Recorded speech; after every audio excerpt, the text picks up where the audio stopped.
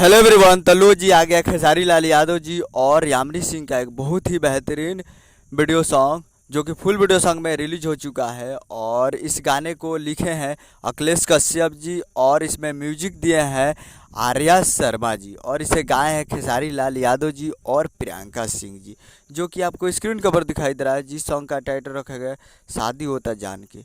और ये एक सैड सॉन्ग है और फुल वीडियो सॉन्ग में रिलीज हो चुका है। और वीडियो में है खेसारी लाल यादव जी और यामिनी सिंह जी। फिट में है यामिनी सिंह जी और काफ़ी ज़बरदस्त सैड सॉन्ग है।